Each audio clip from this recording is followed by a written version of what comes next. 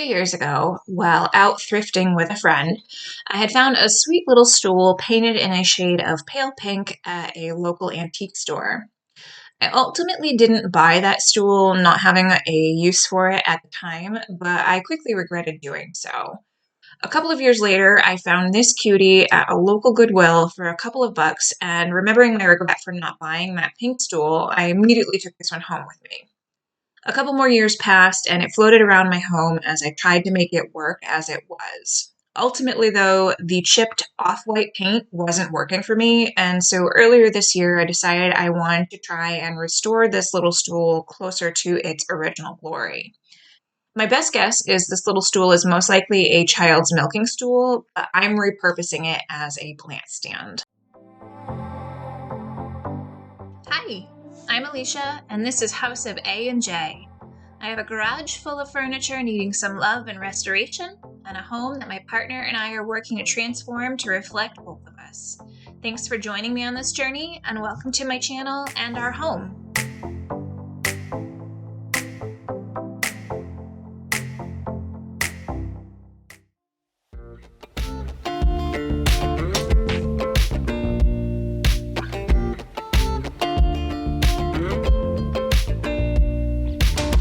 One of my goals in refinishing this stool was to use tools and supplies I already had on hand.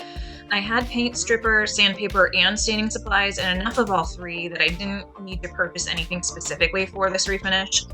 The carbide scraper I'm using here is a newer tool in my refinishing supplies, and since I've not used one previously, I thought this would be a good first test.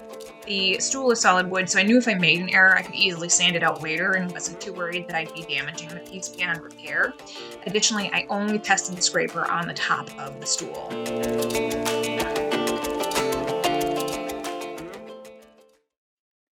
So what I'm noticing as I'm scraping this is that there are some pretty good scratches already along the surface. There's this big crescent here, and there's some deep gouges along the way, which I think just adds character to the piece. It's something that I'm not too worried about, but it is something that was obscured by the paint. So it is interesting to see that as I'm scraping here, but I'm going to keep going, and I actually am really looking forward to seeing where it actually ends up. After recording the previous clip, I went back to scraping, and it was at this point that I realized the scraper wasn't giving me the results that I was hoping for. This was my first time using a carbide scraper, and since this was such a small piece, I thought it'd be a great piece to give it a try. I will try it again in the future, but for this particular piece, it didn't remove the paint as well as I had hoped, so at this point I moved on to paint stripper.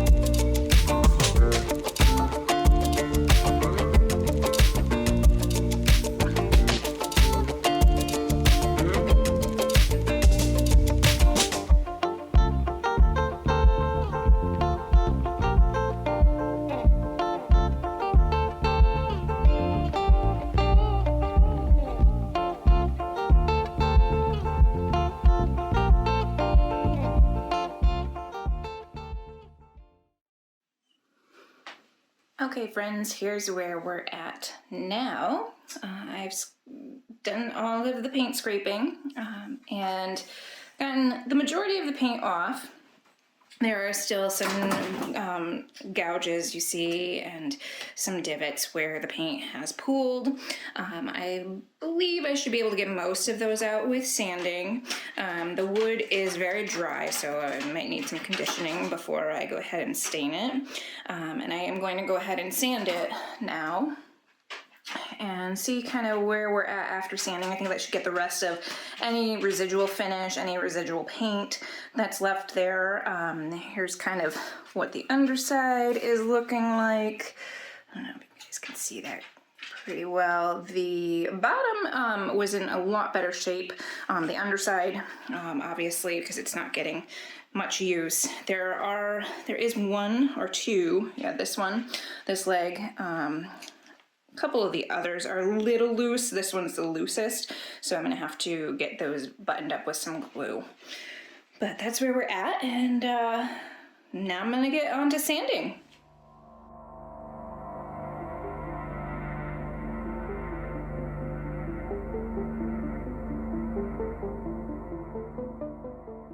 Moving on to sanding, I started with 80 grit, then moved to 150, followed by 220, and ended with 320. I didn't record the process with each grit, but the process was the same for each level. These clips show the process with the 80 grit.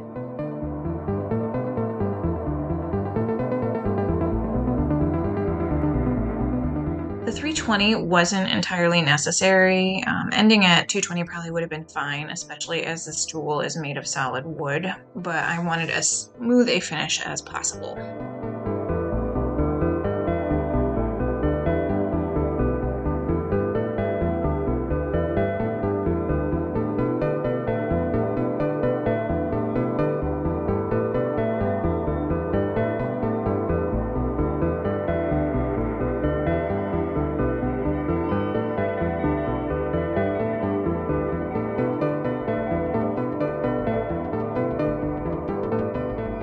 When it came time for staining, I did initially go back and forth on whether I wanted to keep the color close to the natural wood or stain it darker.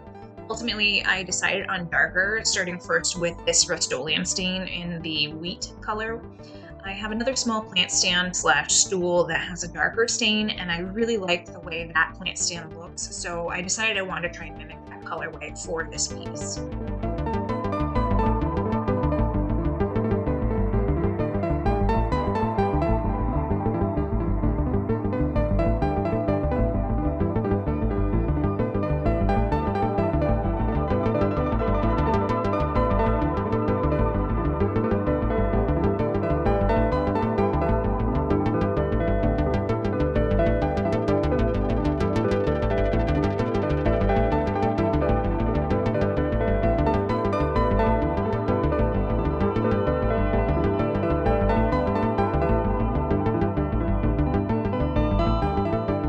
I started with the underside of the stool to test out the color. Once I had determined that I liked it, I moved on and did 2 coats of the wheat color on all of the surfaces. I let those dry and came back and was mostly happy, but felt that the color was still a little bit too light and not quite as rich as I had wanted. On top of that, in person, and I'm not sure how well my camera picked this up, there were some slight orange undertones that I didn't want.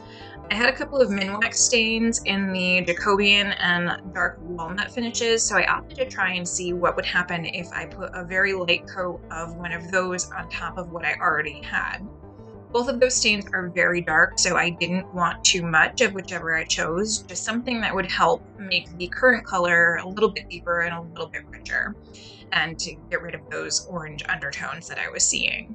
Unfortunately, I didn't record which one I ended up going with, and I filmed these clips a couple of months ago, but I'm pretty sure I chose dark walnut.